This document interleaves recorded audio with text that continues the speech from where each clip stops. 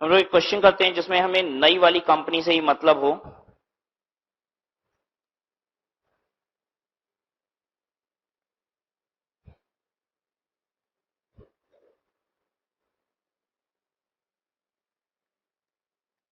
हम लोग पहले करने जा रहे हैं क्वेश्चन नंबर 13 एंड 14, ठीक है। और उसके बाद हम लोग सीखेंगे journal entries in the books of old company और फिर उनकी भी जर्नल एंट्री करेंगे। क्वेश्चन नंबर 13 देखिएगा।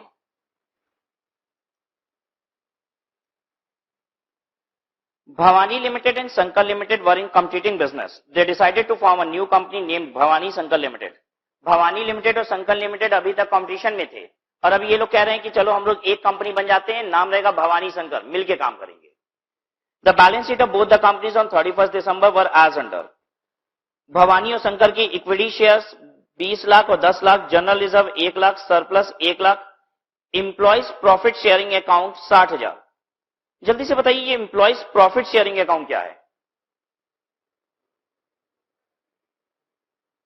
पहले तो ये समझना होगा रिजर्व और लायबिलिटी में क्या अंतर होता है, ठीक है। और फिर अगर रिजर्व और लायबिलिटी में अंतर समझ में आ जाएगा तो हम आइडेंटिफाई कर पाएंगे कि वो रिजर्व स्टैट्यूटरी रिजर्व है या फिर फ्री रिजर्व है। क्या अंतर होता है रिजर्व और लायबिलिटी में? पता है रिजर्व और लायबिलिटी दोनों ही क्या चीज है? आप पीएल से पैसे निकालते हो। अगर हम पीएल से पैसे निकालते हैं तो वो या तो लायबिलिटी होती है और या फिर क्या होता है? रिजर्व होता है। आप पीएल में ही तो क्या करते हो? रिजर्व भी जितने बनाते हो वो चार्ज कर लेते हो, टू फलाना रिजर्व, टू धमाका रिजर्व, ठीक है। तो रिजर्व भी कहां से उठ के आ रहे हैं? पीएल से। और तो और मेरी लायबिलिटीज भी सारी कहां क्रिएट हो रही हैं? सब मेरे पीएल से ही हो रही हैं, ठीक है। लायबिलिटीज, जब जो लायबिलिटीज होते हैं उनके लिए हम प्रोविजंस क्रिएट करते हैं, ठीक है। और लायबिलिटीज का मतलब होता है which is known to you. अगर आपको खर्चा पता होता है और उसके लिए हम पीएल से पैसे निकालते हैं तो इसे कहा जाता है लायबिलिटी। लेकिन अगर खर्चे सामने नहीं होते हैं फिर भी हम पैसा इकट्ठा करते हैं तो पता है इसे क्या कहा जाता है? रिजर्व। फिर से बोलते हैं, हमने एक गुल्लक बनाया है कि अगर कभी बीमार पड़ेंगे तो हम क्या करेंगे? इलाज के लिए पैसा इकट्ठा कर रहे हैं। तो पता है ये क्या है? मेरा मेडिकल रिजर्व है। कभी बीमार पड़ेंगे तो इससे इलाज का खर्चा करेंगे, ठीक है। That is my reserve. क्या जरूरी है कि हम उससे इलाज ही कराएंगे अपना? कभी बीमार नहीं पड़ रहे हैं तो एक बार जबरदस्ती बीमार पड़े हो इलाज करा के माने? नहीं, ऐसा नहीं है। वो नॉन लायबिलिटी नहीं है। हमें लगता है कि अगर कभी फ्यूचर में ऐसा हुआ तो हम इससे क्या करेंगे?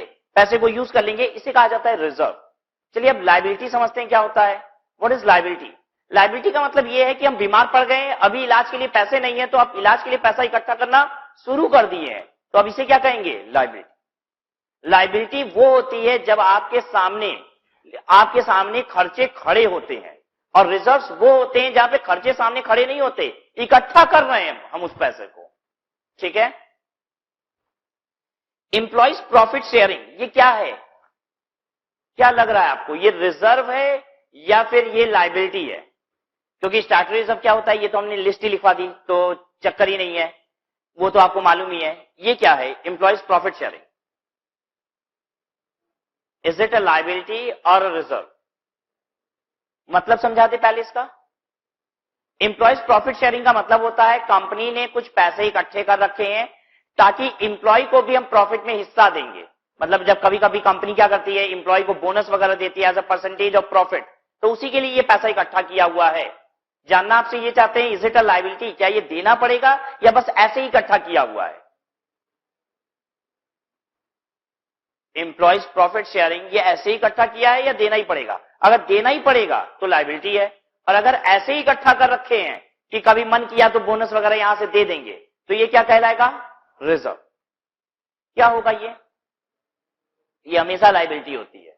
ध्यान दीजिएगा, कोई भी कंपनी को पैसा इकट्ठा करने के लिए क्या कोई दूसरा नाम नहीं मिलेगा जो एम्प्लॉइज प्रॉफिट शेयरिंग बोल के इकट्ठा करेगी? पता है, अगर हम जैसे ही अपनी कंपनी में एक फंड बनाते हैं, एक डिब्बा बनाते हैं और इस पे लिख देते हैं एम्प्लॉइज प्रॉफिट शेयरिंग, तो पता है एम्प्लॉय क्या समझते हैं? क्या वो ये बात मानेंगे कि ये रिजर्व है? नहीं, कहेंगे ये हमको देना पड़ेगा आपको। एम्प्लॉयज यही सोचेंगे ये मेरे हक का है, ठीक है।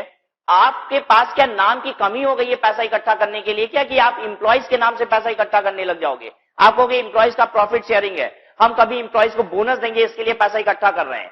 पता है, आप एम्प्लॉय को समझ में आएगा कि बोनस ले लेना चाहिए, कंपनी खुद मेरे लिए इकट्ठा कर रही है पैसा। जब तक कंपनी ऐसा कोई प्रॉमिस नहीं करती है, कंपनी कभी भी इंप्लॉइज के नाम पे पैसा इकट्ठा नहीं करेगी, क्योंकि इंप्लॉइज तो क्या समझेंगे अब उस पैसे को, अपना ही समझेंगे। ठीक है, तो employees profit sharing is always a liability. निश्चित है कंपनी ने वादा किया होगा कि हम आपको प्रॉफिट का एक सर्टेन परसेंटेज बोनस देंगे, और इसीलिए कंपनी आज क्या कर रही है, पैसा इकट्ठा कर रही है। प्रोविडेंट फंड क्या होता है, लायबिलिटी होता है, रिजर्व होता है। लायबिलिटी होता है, पैसा देना है, ऐसा नहीं है कि इकट्ठा कर रहे हैं, हो सकेगा तो देंगे, नहीं होगा तो नहीं भी देंगे। पैसा इकट्ठा हो रहा है और ये देना है आपको। Sundry creditor liability. Insurance reserve, नाम पे मत जाइएगा। इंश्योरेंस रिजर्व, रिजर्व है या लायबिलिटी है? इंश्योरेंस रिजर्व का मतलब यह हुआ कि हम पैसा इकट्ठा इसलिए कर रहे हैं ताकि अगर इंश्योरेंस कराना होगा, चाहे बिल्डिंग का, मशीनरी का, तो इंश्योरेंस की प्रीमियम यहां से पे कर देंगे। इज इट अ रिजर्व और liability? It's a reserve. Insurance कराना कोई जरूरी है क्या? बिल्कुल नहीं। और ये बताइए, हम जिस बिल्डिंग के लिए पैसा इकट्ठा कर रहे हैं कि इंश्योरेंस कराएंगे, वो बिल्डिंग ही बेच दिए तो भी क्या इंश्योरेंस करा दोगे? नहीं। ये पैसा आपका इंश्योरेंस में खर्च हो, ये जरूरी बिल्कुल नहीं है। ठीक है, आपने इंश्योरेंस कराने के लिए पैसा इकट्ठा किया है, हो सकता है कराओ, हो सकता है ना भी कराओ, कोई लायबिलिटी थोड़ी ना है ये। ठीक है, तो insurance reserve is a reserve. तो देखिए इसमें रिजर्व क्या क्या है, इक्विटी शेयर कैपिटल हो गया, उसके बाद जनरल रिजर्व, सरप्लस, सरप्लस ही रिजर्व होता है। ठीक है, जनरल रिजर्व, सरप्लस और इंश्योरेंस रिजर्व, ये रिजर्व हो गया। और employees profit sharing, provident fund और सन्ड्री क्रेडिटर, ये लायबिलिटी हो गई। Then comes goodwill, building, machinery, stock, debtor, cash at bank, cash in hand. The asset and liabilities of both the companies were taken over by the new company at their book value. The companies were allotted equity share of 100 each in lieu of purchase consideration. Company को equity share allot किए जाएंगे 100 रुपए के PC की तरह। ठीक है, और ये एसेट एंड लायबिलिटीज दोनों कंपनी की एक नई कंपनी टेकअप कर लेगी। नई कंपनी का नाम क्या है? भवानी शंकर। और ये दोनों कंपनी को टेकअप कर लेगी। इनको इक्विटी शेयर दिए जाएंगे 100 रुपए के। जल्दी से बताइए, पीसी कौन सा है? Payment method, net asset method? हाँ, नेट एसेट मेथड। यहां पे कहता है उनको इक्विटी शेयर दिए जाएंगे 100 रुपए के, ये थोड़ी ना बता रहा है हमको कितने इक्विटी शेयर दिए जाएंगे। ठीक है, तो इक्विटी शेयर कितने दिए जाएंगे ये सब तो कैसे पता चलेगा? आप नेट एसेट निकालिए। पूलिंग ऑफ इंटरेस्ट मेथड, आपको ओपनिंग बैलेंस शीट बनानी है न्यू कंपनी के under pooling of interest method और purchase method. Pooling of interest method मतलब merger and purchase method means purchase. ये बताइए, pooling of interest method merger में PC कितनी आएगी बिना निकाले बताना है। कितना? 20 लाख आएगी भवानी की और शंकर की आएगी 10 लाख, मिला के कितनी हो जाएगी? 30 लाख। जल्दी बताइए, क्या हम देते भी इनको 20 और 10 30 लाख हैं? 20 लाख और 10 लाख 30 लाख देते हैं? नहीं, 30 लाख पीसी आती है, लेकिन देते किस रेशियो में है? इनके नेट एसेट के रेशियो में, एसेट माइनस लायबिलिटी। लेकिन ध्यान दीजिए, क्या बैलेंस शीट बनाने के लिए आपको यह जानने की जरूरत है कि किसको कितना इक्विटी शेयर दिया जाएगा? नहीं, हमको नई वाली बैलेंस शीट में कितने रुपए का इक्विटी शेयर लिखना है? 30 लाख। तो जरूरत क्या है पीसी निकालने की? क्या हम दोनों बैलेंस शीट को सीधे सीधे मर्ज कर दें? दोनों बैलेंस शीट को सीधे सीधे मर्ज कर दीजिए। और ये बताइए, अगर हम नेट एसेट से पीसी निकाल ही रहे हैं तो 30 लाख रुपए की दिलाएगी, कोई ज्यादा पैसा दिला भी नहीं रहा है, तो क्या कोई एडजस्टमेंट रिजर्व में आएगी?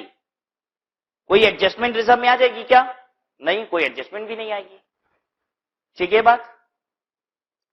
ये बताइए, नई वाली कंपनी भवानी शंकर, शंकर कह रहा है कि मेरी गुडविल है 1 लाख रुपए की, दे देगा पैसा 1 लाख रुपया? गुडविल का पैसा देगा? हम ये जानना चाहते हैं आपसे। हाँ, नई वाली कंपनी भवानी शंकर मर्जर हो रहा है, क्या वो शंकर कहता है मेरी 1 लाख की गुडविल, भवानी शंकर दे देगा पैसा? हाँ, चलिए हम आपको बताते हैं। लड़की को खाना बनाने नहीं आता है। ठीक है, लड़का बहुत प्यार करता है। ठीक है, लड़की ने बड़ा गंदा खाना बनाया है, लड़का क्या बोलेगा? बड़ा अच्छा खाना बनाया है। ठीक है, जब ये बताइए, शंकर कह रहा है कि मेरी गुडविल है 1 लाख रुपया, भवानी शंकर क्या बोलेगा? कहेगा नहीं नहीं, तुम्हारी कोई गुडविल नहीं है, तुमको खाना बनाने नहीं आता है। कहेगा नहीं, 1 लाख है गुडविल। हमने बताया मर्जर प्यार है। और ध्यान दीजिएगा, यहां सारी एसेट एंड लायबिलिटीज उठ के आती है। जितने नाजो नखरे उठाने पुरानी कंपनी को उठा ले, सब नई वाली सहेगी। ठीक है, पुरानी वाली कंपनी कहेगी गुडविल 1 लाख, नई वाली कंपनी कहेगी हाँ हाँ 1 लाख की गुडविल तुम्हारी, कोई चीज की मनाही नहीं है। ये सब नेगोशिएशन कब होता है? कब हम बात नहीं मानते हैं? लड़की कह रही है खाना कैसा बना है? बहुत गंदा बना है। ये कब होगा? जब सौदेबाजी होगी। ठीक है, तो गुडविल भी 1 लाख रुपए की आएगी, ध्यान दीजिएगा। ठीक है, तो बस कुछ मत कीजिए, सीधे सीधे उठा के दोनों फिगर को ऐड कीजिए, बन गई बैलेंस शीट। इतनी अच्छी बैलेंस शीट तो हो ही नहीं सकती। अब आपको याद रहेगा कि अगर amalgamation in the nature of merger होता है और नेट एसेट मेथड से पीसी निकालनी होती है, तो दोनों बैलेंस शीट को बस क्या करना है, आंख बंद करके ऐड करना है। खुली आंखें भी नहीं होनी चाहिए, बंद करके ऐड कीजिए, अंधा प्यार है एकदम। ठीक है,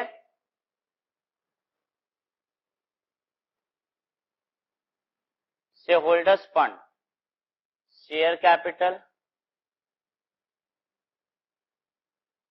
और दूसरा रिजर्व एंड सरप्लस। इसमें कोई लॉन्ग टर्म फंड नहीं ना है, नॉन करेंट लाइबिलिटी नहीं ना है, नहीं, तो सीधे क्या दे दीजिए, अब नॉन करेंट लाइबिलिटी में हम नील कर देंगे।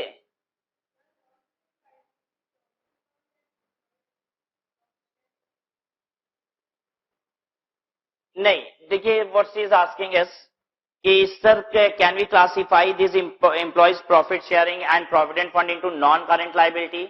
तो provident fund as and employees profit sharing, इसमें क्या हो सकता है, we are unaware of it. ऐसा भी पॉसिबल है कि प्रोविडेंट फंड में जो पैसा होता है वो किसके लिए पैसा होता है पता है, मेरे सभी इंप्लॉइज के रिस्पेक्ट में। उसमें से कुछ इंप्लॉइज ऐसे होते हैं जो अगले साल रिटायर करेंगे, ठीक है, कुछ इंप्लॉइज ऐसे हैं जो 4 दिन बाद भी रिटायर करेंगे, और कुछ इंप्लॉइज ऐसे हैं जो 10 साल बाद भी रिटायर करेंगे। ठीक है, तो जनरली एक कंपनी नॉन करेंट लाइबिलिटी और करेंट लाइबिलिटी दोनों में प्रोविडेंट फंड का अमाउंट लिखती है। जितना पैसा उसे लगता है कि हम साल भर के अंदर पे करेंगे प्रोविडेंट फंड से, उसे कहां क्लासिफाई करती है, करेंट लाइबिलिटी। और जितना उसे लगता है कि हम साल भर के बाद पे करेंगे, जो रिटायर करेंगे, उन्हें कहां क्लासिफाई करती है, नॉन करेंट लाइबिलिटी। लेकिन अगर क्वेश्चन में आपको इंफॉर्मेशन न हो तो you can directly put it into current liabilities. ठीक है, and even if you put in non-current liabilities, that's not wrong, you need to write an assumption कि provident fund का जो पैसा है उसे हम क्या मान रहे हैं, non-current liability।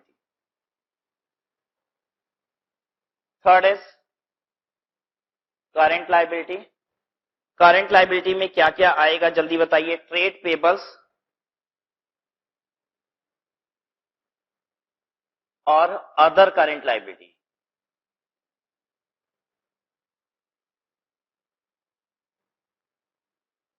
Then assets, assets में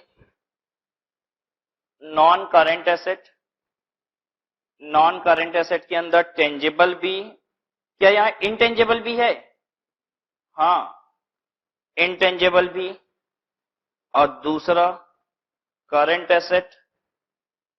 करंट एसेट के अंदर क्या क्या नाम लिखेंगे, ट्रेड रिसीवेबल, ठीक है, और क्या है, इन्वेंट्री और cash and cash equivalent.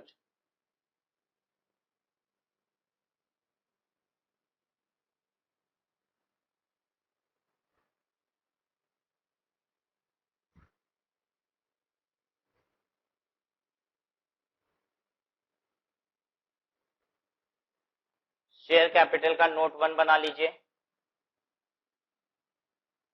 Note 1 share capital.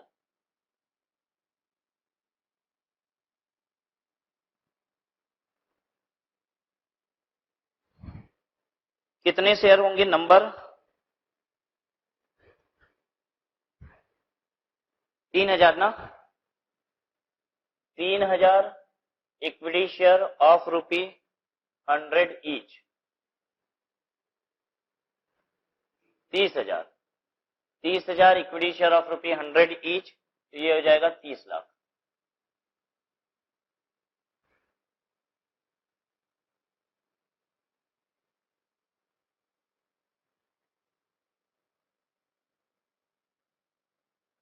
Note 2 reserve and surplus. Reserve and surplus में general reserve 1 lakh, surplus,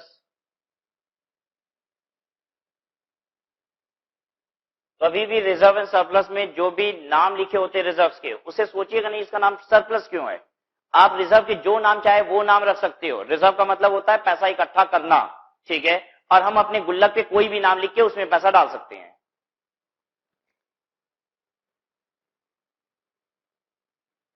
surplus 1 lakh. Insurance reserve 1,00,000। बस हो गया ना? जोड़ लगाइए 3,00,000।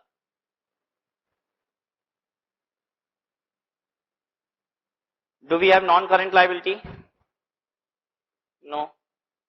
करेंट लाइबिलिटीज में trade payables 60,000, 40,000, 1,00,000।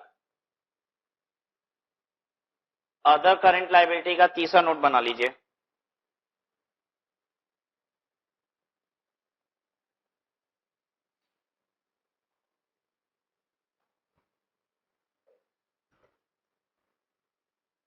Employees profit sharing,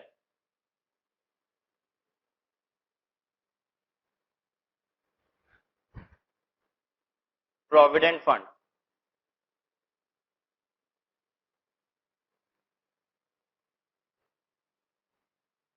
बस हो गया ना?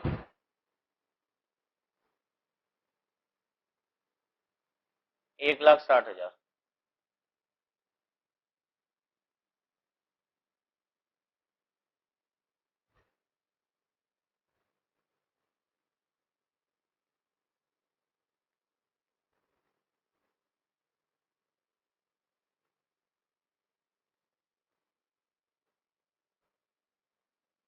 Tangible working note 4, note 4 tangible asset, building 16,00,000।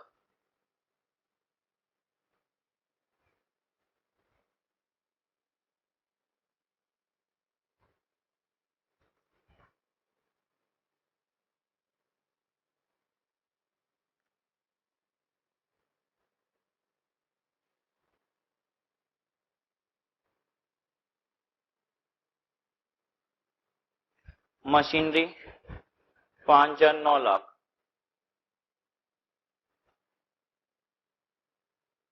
16 और 9 25,00,000।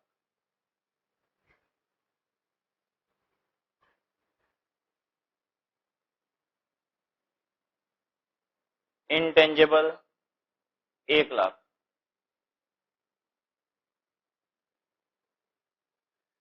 ट्रेड रिसीवेबल की जोड़ लगा लीजिए। डेटा 240 और 40, 280।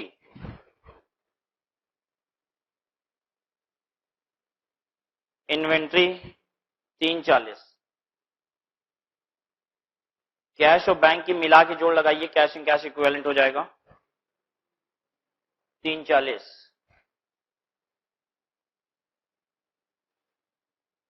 कितना आ रहा है जोड़? 35,60,000।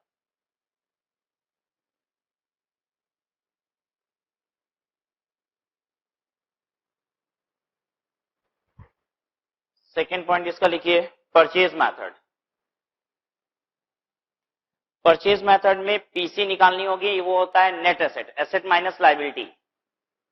अच्छा जल्दी से बताइए, ये नेट एसेट मेथड है, यहां पे कौन से एसेट एंड लायबिलिटीज लिखे जाते हैं? सारे के सारे एसेट माइनस लायबिलिटीज करते हैं, या जितनी कंपनी नई वाली कंपनी ले रही है, जितनी नई वाली कंपनी ले रही है? क्या यहाँ कोई भी एसेट को लेने से मना किया गया है? नहीं। या ये बताइए, नई वाली कंपनी क्या गुडविल भी ले लेगी? सौदेबाजी हो रही है। पुरानी वाली कंपनी कह रही है मेरी गुडविल है 1,00,000 रुपए की, नई वाली कंपनी कह रही है आओ हम सौदा कर रहे हैं, हम बहुत चालाक है, फिर भी ले लेंगे 1,00,000 की गुडविल। जल्दी बोलिए। नहीं लेगी। पता है ये जो परचेज मेथड होता है, यहाँ पे गुडविल की बात कब आती है? ये गुडविल की बात तभी आती है जब 1,00,000 रुपए की चीज लेते हैं और 1,25,000 रुपया देते हैं, तो गुडविल होता है। और अगर 1,25,000 रुपए की चीज लेते हैं और 1,00,000 रुपया देते हैं, तो इसे क्या कहते हैं? Capital reserve. गुडविल या कैपिटल रिजर्व की बात आती है परचेज मेथड में, लेकिन वो तब आती है when your PC is either more than और less than your net asset. ठीक है, अगर आप नेट एसेट मेथड से ही कंप्यूटेशन करोगे तो ऐसे में गुडविल या कैपिटल रिजर्व कभी नहीं आएगा। ठीक है, परचेज मेथड है, सौदेबाजी हो रही है, जरा सोच लीजिए गुडविल बोलने का मतलब क्या होता है? नाजो नखरे। ठीक है, पुरानी वाली कंपनी कह रही है मेरी गुडविल है 1,00,000 रुपया, अरे तो नई वाली कंपनी इतनी भोली थोड़ी ना, सौदेबाजी करने आई है, गुडविल का पैसा थोड़ी ना दे देगी। गुडविल का पैसा तो तब आ जाता है जब हम क्या करते हैं, पूरी एसेट मिला के कितनी थी नेट एसेट? 5,00,000 रुपए की। अब पुरानी वाली कंपनी आ गई 5,20,000 से कम में नहीं देंगे, बोलो लेना है कि नहीं? तो नई वाली कंपनी कहती है 20,000 हमने गुडविल का दे दिया। ठीक है बात, गुडविल के नाम पे अलग से पैसा थोड़ी ना उठा पाएगी, वो तो जो लास्ट फाइनल सौदेबाजी होती है उसमें अगर ज्यादा उठा ली तो हम कहते हैं गुडविल का पैसा दे दिए। गुडविल की कीमत हम क्या निर्धारित करेंगे उसकी? कभी नहीं। सबको बात समझ में आ रही है? परचेज मेथड है, गुडविल हम उसकी थोड़ी ना सुनेंगे। ठीक है, लेकिन अगर उसने ज्यादा पैसे हमसे ले लिए नेट एसेट से तो हम भले कहेंगे उसको क्या कि हमने गुडविल का पैसा दिया। याद रहेगी सबको ये बात? तो हमेशा याद रखिएगा कि अगर हम मर्जर कर रहे हैं तब तो उसकी सारी बात मानते हैं, फिर तो वो गुडविल क्या कुछ भी बोल दे। ठीक है, तो कुछ भी बोल दे हम सब कुछ करने को तैयार हैं, लेकिन अगर परचेज है तो फिर हम गुडविल वगैरह जैसी चीज कोई ना सुनेंगे। जो चीज हमको फायदा दे रही होगी बस उसकी कीमत निर्धारित करेंगे। ठीक है, और since you are computing PC by net asset तो गुडविल या कैपिटल रिजर्व आ ही नहीं सकता, क्योंकि जितनी नेट एसेट है उतनी हम पीसी मान रहे हैं। चलिए एसेट लिखवाइए, कॉपी करें सारा कि सीधे लिख दें। एसेट कितना? बी का कितना? 22,60,000। और शंकर का बताओ कितना लिखें? 12 lakh.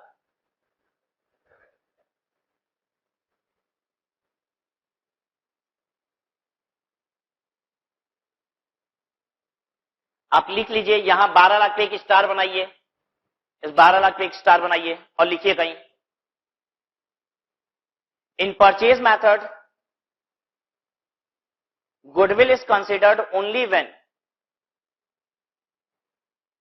in purchase method goodwill is considered only when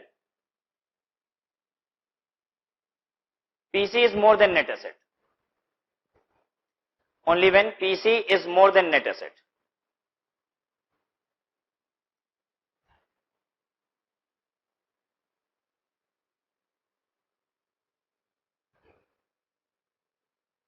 इसमें से लायबिलिटी घटवाइए।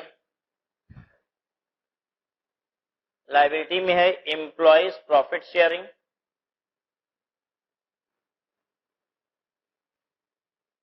प्रोविडेंट फंड और सन्ड्री क्रेडिटर।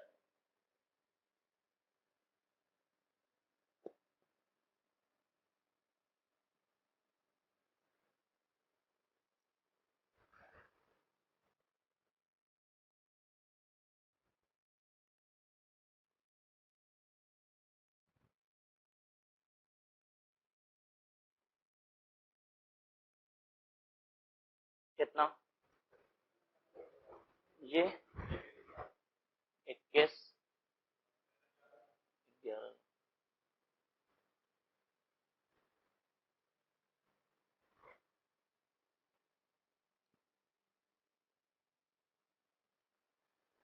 बैलेंस शीट देखिए अब, और बताइए कहां कहां अंतर होगा। शेयर कैपिटल बदलेगी? जल्दी बोलिए।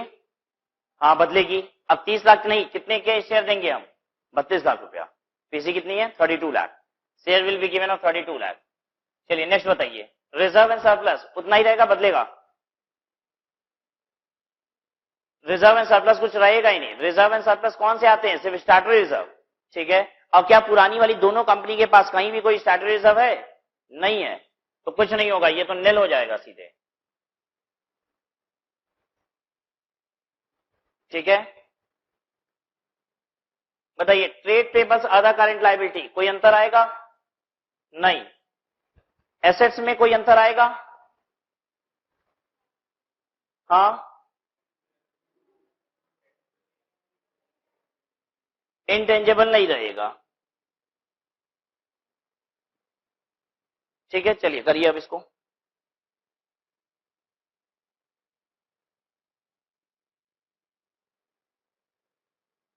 शेयर कैपिटल हो जाएगा 32 लाख रुपया। नोट 1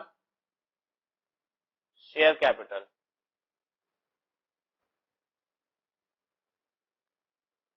कितना शेयर लिखें?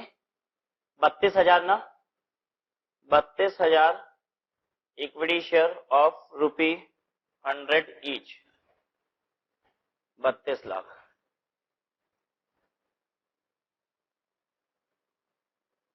रिजर्व एंड सरप्लस कुछ नहीं, नॉन करंट लायबिलिटी कुछ नहीं, टोटल हो गया इसका 34,60,000। और ये एसेट साइड वाला टोटल कितना है? ये भी 34,60 हो गया।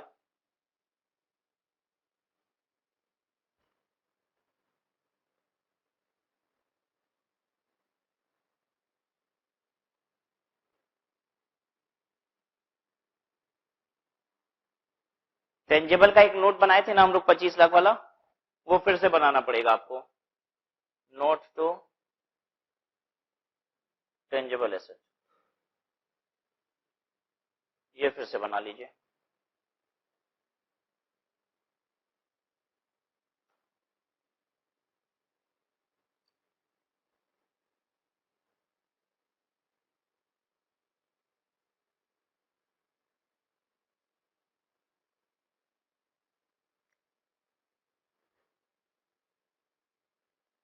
एक उसका भी बना सकते हैं, अदर करेंट लायबिलिटी।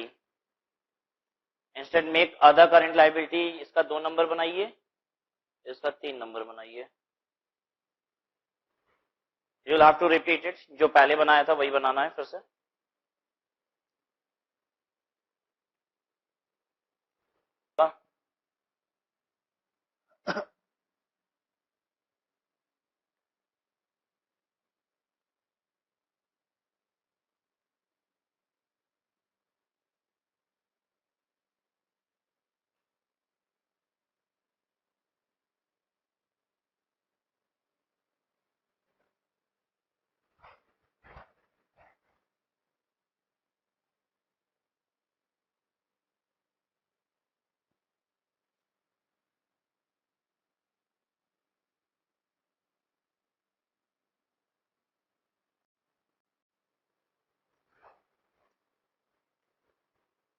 ये ओल्ड कंपनी है, इस कंपनी को हम अपनी कंपनी में मर्ज कर रहे हैं, ठीक है। Amalgamation in the nature of merger है। ये बताइए क्या ये गुडविल इसकी 2 लाख रुपए की दिखाई दे रही है, हम 2 लाख रुपए की गुडविल ले लेंगे इसकी? This amalgamation in the nature of merger, ले लेंगे? यस ले लेंगे। लैंड एंड बिल्डिंग जिस वैल्यू पे भी बोल रहा होगा ले लेंगे, ले लेंगे। सारे एसेट जिस वैल्यू पे चल रहे होंगे वो ले लेंगे। अब हमें बात करनी है क्या फिक्टिशियस एसेट भी ले लेंगे उसका? हम 10,000 रुपए का उसका discount on issue of share है 10,000 रुपए का, क्या ये भी ले लेंगे? ध्यान दीजिएगा, ये भी ले लेंगे, लेकिन लेने का तरीका अलग होगा। पता है हम इस कंपनी को क्या कहेंगे? Discount on issue of share क्या है? फिक्टिशियस एसेट है।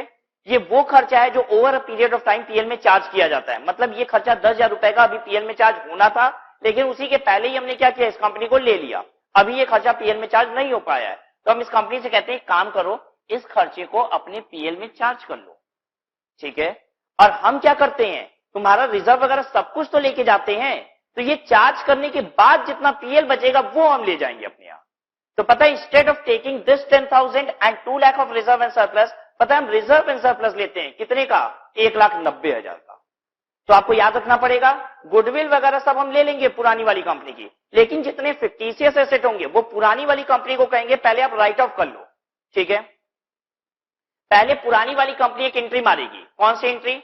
Discount on issue this reserve and surplus debit to discount on issue of share, और ये एंट्री मारने के बाद जो इसकी पोजीशन होगी उस पोजीशन पे हम इस कंपनी को टेकअप कर लेंगे, ठीक है। तो आपको ऐसे याद रखना होगा कि fictitious asset reserve and surplus से एडजस्ट करने के बाद जितना होता है उतना नई वाली कंपनी ले लेती है, और गुडविल पूरा ले लेती है।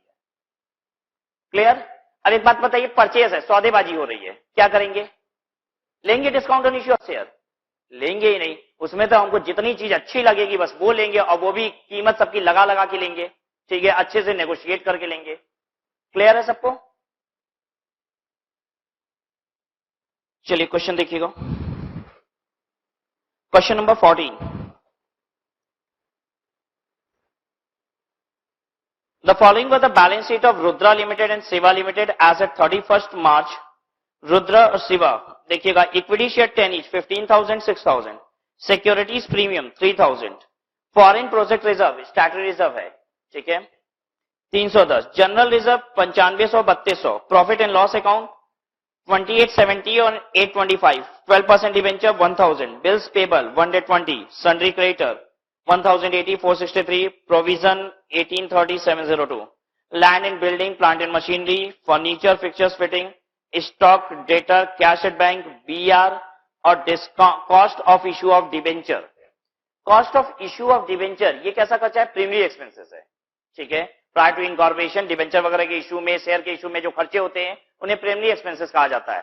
अगर amalgamation in the nature of merger होगा, अगर परचेज होगा तब तो बात ही नहीं करनी, परचेज होगा तो ले लेगा क्या ये? हाँ, एसेट की तरह नई वाली कंपनी ले लेगी, कहेगी cost on issue of debenture हम खरीदने को तैयार है, लो हमसे 50 रुपए, नहीं लेगी।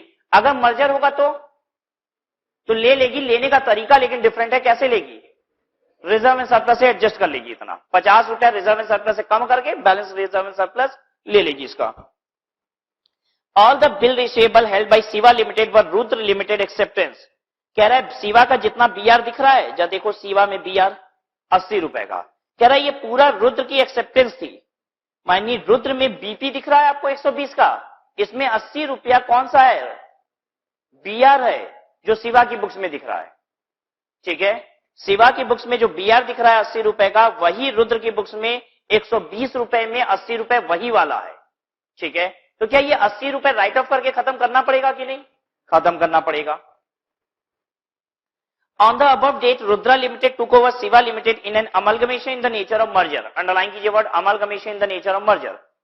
क्वेश्चन खुद ही बता दे रहा है कि amalgamation merger नेचर का है।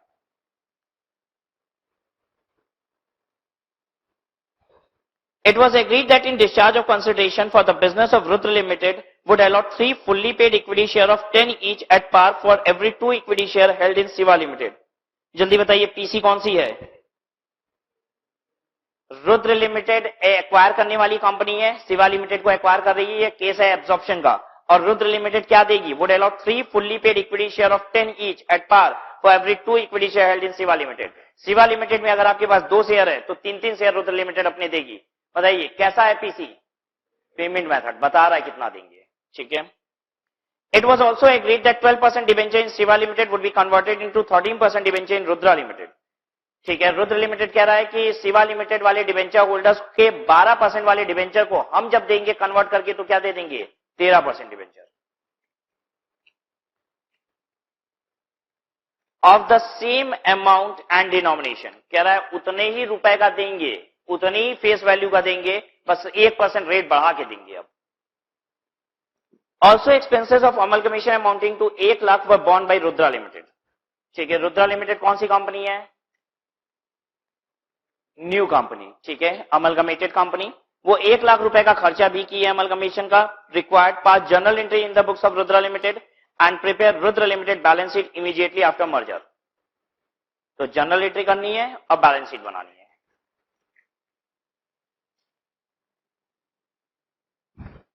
पीसी निकाल लीजिए पहले।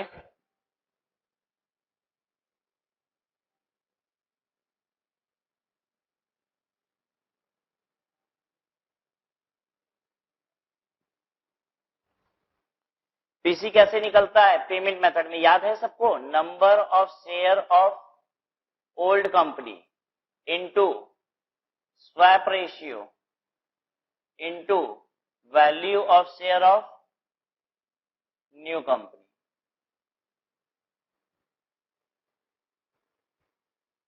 शिवा लिमिटेड के कितने नंबर ऑफ शेयर थे, ये सारी कैलकुलेशन हम लोग फिगर इन लैक्स करेंगे, सारी फिगर लैक्स में ले लो क्योंकि ये पूरी बैलेंस शीट वगैरह भी लैक्स में दी हुई है। इक्विटी शेयर शिवा लिमिटेड के 6000 दिखाई दे रहा है फिगर इन लैक्स, और एक शेयर है 10 रुपए का, तो नंबर ऑफ शेयर कितने रख लें, 600 into swap ratio. Swap ratio कितना लिखेंगे, 3/2 या 2/3, स्वैप रेशियो क्या, 3/2 या 2/3, 3/2। ठीक है, 3 नए शेयर देंगे 2 पुराने शेयर पे, यानी 6000 पे हम कितना दे देंगे, 9000 शेयर, और 2-2 शेयर के बदले में 3-3 शेयर। और एक शेयर की वैल्यू कितनी है मेरी, जब देख लीजिए रुद्र लिमिटेड की बैलेंस शीट में देखिए इक्विटी शेयर कितने का लिख रहा है, 10 रुपए का, कितना, 9000। ठीक है, amalgamation in the nature of merger है, अगर हम जितने रुपए की शेयर कैपिटल है उससे ज्यादा अगर पैसा दे रहे होते हैं तो बैलेंस कहां एडजस्ट कर देते हैं, रिजर्व में। जब देख लीजिए इक्विटी शेयर कितने का है, कितने का, 6000, और हम कितना दे रहे हैं उसको, 9000, 3000 की एडजस्टमेंट करनी पड़ेगी, 3000 एडजस्ट करना पड़ेगा। कहां से करें, देखिए रिजर्व देखना शुरू करिए शिवा का, स्टैट्यूटरी रिजर्व में एडजस्ट नहीं कीजिएगा, अदर देन स्टैट्यूटरी रिजर्व में। तो जनरल रिजर्व दिख रहा है, पीएल दिख रहा है, जनरल रिजर्व में कर देते हैं एडजस्ट। ठीक है, amount to be adjusted to reserve 9,000 minus 6,000 is equal to 3,000।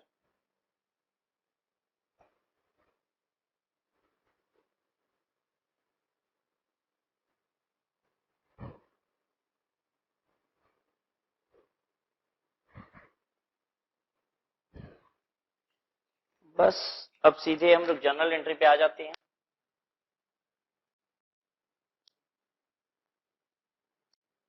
Journal entry number 1, business merger account debit to liquidators of. ये जनरल एंट्री किसकी बुक्स में है? इन द बुक्स ऑफ, जल्दी बोलिए, Rudra. Business merger account debit to liquidators of कौन सी कंपनी? Shiva limited. PC के अमाउंट से ये एंट्री मारी जाती है 9,000 रुपए।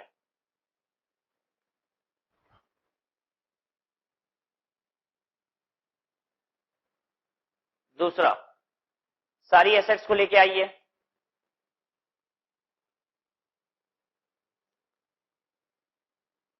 Land and building debit 5,000, furniture fitting fixture कितने का? 1,700,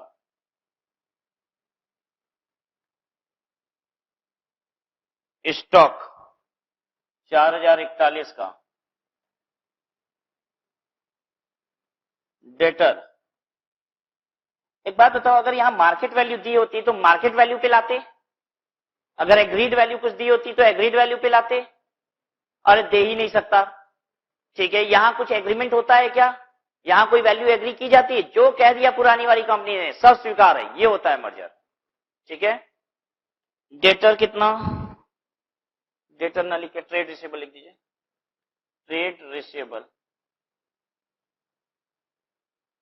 इन्वेंट्री, ट्रेड रिसीवेबल कितने का? 1,020।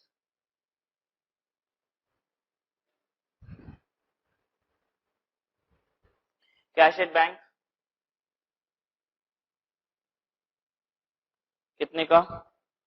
609। हो गया सारा एसेट, अभी भी कुछ बचा है, बीआर बचा है। BR debit 80। अच्छा ये बताइए, cost of issue of debenture भी लिखे 50 डेबिट? नहीं, 50 डेबिट इसको लिखने की जरूरत नहीं है। अब करिएगा क्या, 50 रुपया जो इसने पीएल में अभी तक एमोर्टाइज नहीं किया है ना, पीएल में 50 रुपया लेस करने के बाद ही लाइएगा। Discount on issue of debenture का मतलब क्या है? अनएमोर्टाइज्ड एक्सपेंस, द खर्चा which has yet not been charged to PL account. तो खर्चा पीएल में चार्ज करा दीजिए पुरानी कंपनी को कह के, और फिर ले आइए। हम शिवा लिमिटेड से रिक्वेस्ट करेंगे कि ये 50 रुपया अपना पीएल में चार्ज कर लो, उसके बाद हमको बैलेंस शीट दो, और उससे हम क्या करेंगे? मर्जर कर लेते हैं। अब लाइबिलिटीज लाइए सारी। लाइबिलिटीज क्या क्या हैं लिखवाइए हमको। 12% debenture, 12% debenture in Shiva limited,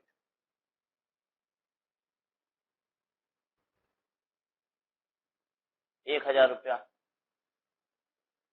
और बताइए लाइबिलिटी। सन्ड्री क्रेडिटर 463 टू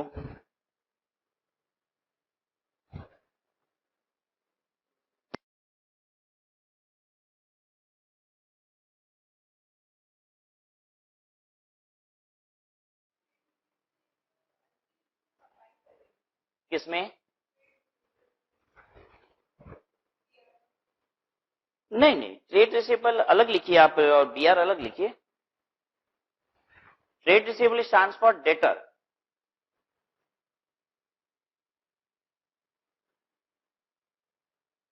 चलिए फिर देखिएगा, सन्ड्री क्रेडिटर हो गया 463, और बताइए सन्ड्री प्रोविजंस 702। लायबिलिटी पूरी हो गई। हाँ, अब क्या बच्चा लाने को? और रिजर्व्स, रिजर्व्स लाइए 2 सबसे पहले लिखते हैं हम लोग जनरल रिजर्व। जनरल रिजर्व कितना? 3200 माइनस 3000 रुपए की एडजस्टमेंट बताए थे करने को, ठीक है। 6000 रुपए की शेयर कैपिटल की जगह 9000 दे रहे हैं, तो 3000 की यहीं से एडजस्टमेंट हो जाएगी, बचेगा 200। अगर आप भूल जाओगे ऐसा आपको लगता है तो यहां लिख लो 3200 माइनस 3000 वाली एडजस्टमेंट की है यहां से।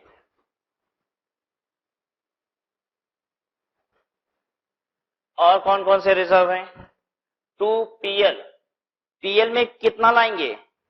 825 में से 50 रुपए cost of issue of debenture right of करा लेंगे। इनफेक्ट ये हम नहीं कर रहे हैं, ये पुरानी वाली कंपनी से करवा देते हैं एंट्री, तो पहले ही पीएल कम हो चुका होता है। तो 825 आप भूल ना जाओ इसलिए लिख लो भले, 825 माइनस 50 775। और कौन सा रिजर्व है? Foreign project reserve 310। और बताइए कुछ है तो बताइए, बस। तो बिजनेस मर्जर कितना था पीसी? 9000। चेक कीजिए एंट्री मैच हुई कि नहीं।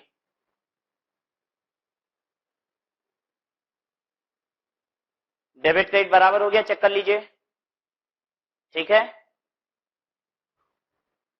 Third entry liquidators of Shiva limited debit to, क्या दे रहे हैं इनको हम? बस इक्विटी शेयर कैपिटल, तो बस इक्विटी शेयर कैपिटल लिखा हमने 9000 रुपया। चौथी एंट्री बताइए क्या होती है? कॉन्ट्रा आइटम को डिलीट करने की, ठीक है। कॉन्ट्रा आइटम है क्या क्वेश्चन में? है। आपका बीआर और बीपी खत्म करना है 80 रुपए से। बीपी डेबिट तो बीआर 80 रुपए। नेक्स्ट एंट्री होती है अमलगमेशन के खर्चे की, ठीक है। अमलगमेशन का खर्चा कितना है बताइएगा जरा? 1,00,000 रुपया। फिगर इन लैक्स सारे लिख रहे हो तो 1 रुपया लिखोगे, ठीक है। ये amalgamation the nature of merger है। क्या चीज डेबिट करते हैं? General reserve. General reserve debit 1 to bank. Bank हमने क्यों लिखा? क्योंकि इसकी बैलेंस शीट में आप देखोगे सिर्फ कैश एट बैंक लिखा हुआ है, कैश बैलेंस है ही नहीं, तो बैंक ही लिखना पड़ेगा 1। उसके बाद हमने कहा था कोई स्पेशल एंट्री अगर है तो वो भी आपको माननी पड़ेगी। यहां पे एक स्पेशल एंट्री बन रही है, 12% वाली डिवेंचर को कन्वर्ट किया जा रहा है 13% डिवेंचर में। यानी ये जो 12% डिवेंचर शिवा लिमिटेड का आया लाइबिलिटी में मेरे, हमने ये लाइबिलिटी खत्म करके क्या बना दी इसको? 13% डिवेंचर। तो एक इसकी एंट्री करेंगे, इसके कन्वर्जन की। छठवीं entry 12% debenture in Shiva limited debit to 13% debenture. बस 13% डिवेंचर लिखेंगे, रुद्र लिमिटेड नहीं लिखेंगे। रुद्र की बुक्स में जो डिवेंचर होंगे वो रुद्र के ही होंगे, ये उसको मालूम है। जब शिवा के डिवेंचर्स थे तब क्या कर रहा था रुद्र? ये बात लिख रहा था कि ये शिवा के डिवेंचर हैं। जब उसके खुद के डिवेंचर हैं तो बस डिवेंचर लिखेगा। कितना था ये? 1000 रुपया।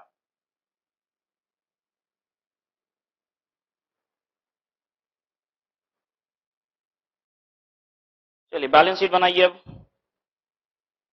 Balance sheet of Rudra limited after amalgamation.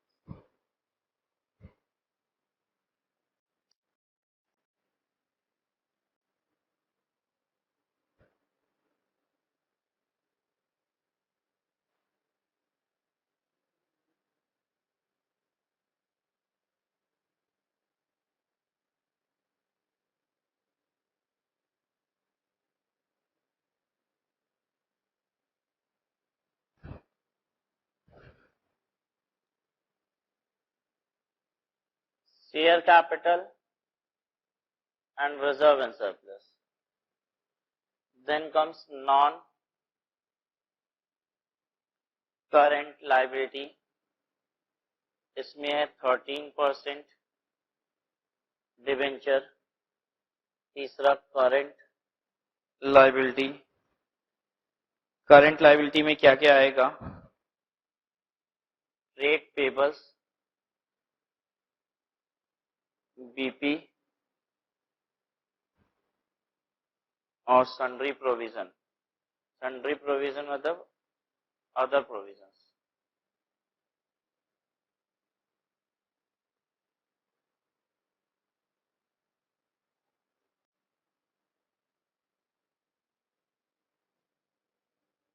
Assets number 1 non current asset.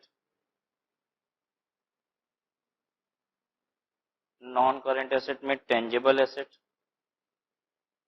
Investment नहीं ना है? नहीं. दूसरा करंट एसेट. करंट एसेट के अंदर इन्वेंट्री, ट्रेड रिसीवेबल. बीआर भी लिखना होगा क्या? नहीं, बीआर 80 रुपए का खत्म हो चुका है, लेकिन बीपी 80 रुपए का खत्म हुआ है, 40 का बचेगा भी, इसलिए बीपी लिखा हुआ है. ट्रेड रिसीवेबल और क्या है? Cash and cash equivalent. Equity share 15,000 और 9,000 मिला के हो गया 24,000. ठीक है, तो 24,000 का मतलब हो गया शेयर कितने के? नंबर ऑफ शेयर कितने के? 24 crore share.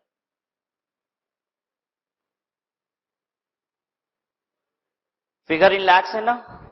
Figure in lakhs है, तो इसका मतलब ये हो गया 2400 लाख शेयर. 2400 लाख का मतलब कितना हो गया? 24 crore share.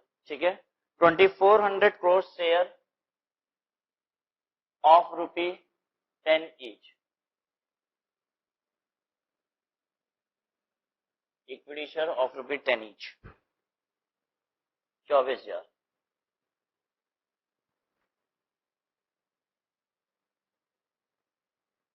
Note to reserve and surplus.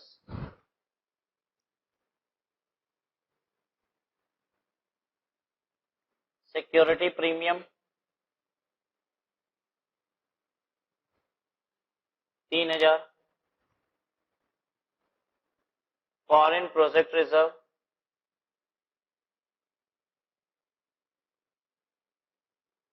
310. General reserve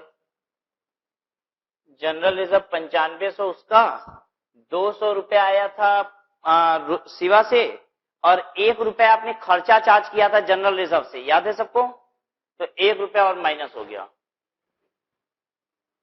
ठीक है, 9699. Then profit and loss. Profit and loss 2870 था रुद्र का, और शिवा का आपने राइट ऑफ किया था discount on issue of debenture, तो 775 हो गया था. ये कितना हो गया?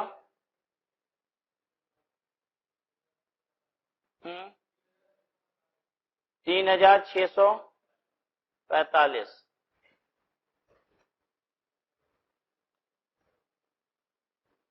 ठीक है, जोड़ लगा लीजिए. ये हो गया रिजर्व आपका. हाँ, बताएंगे रिजर्व एंड सरप्लस की जोड़.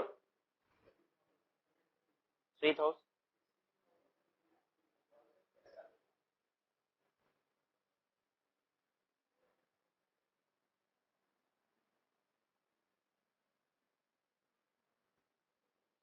$13 debenture is of 1,000.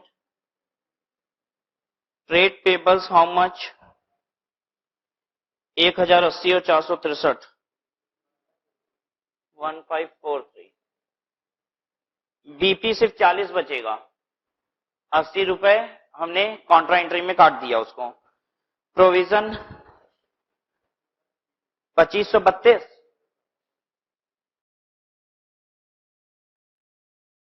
Tangible asset के लिए एक नोट बना लीजिए.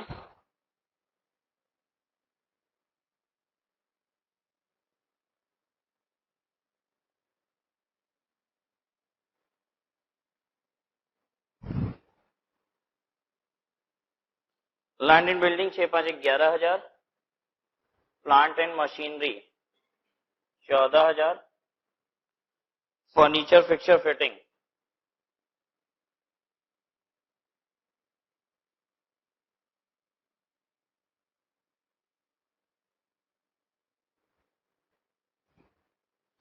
ये हो जाएगा 4,004 रुपया।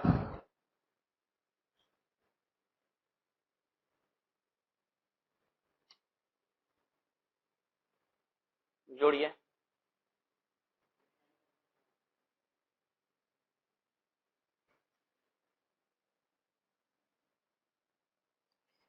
इन्वेंट्री की जोड़ लगाइए दोनों।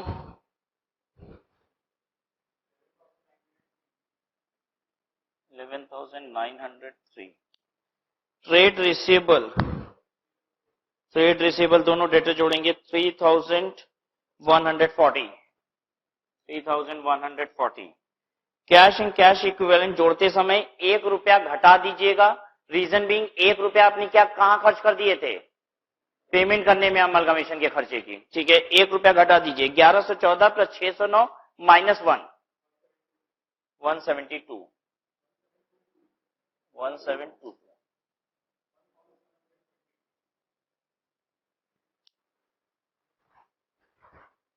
लिख दें क्या, भूल ना जाओ कहीं ये कैसे हुआ। 1114 प्लस 609 माइनस 1।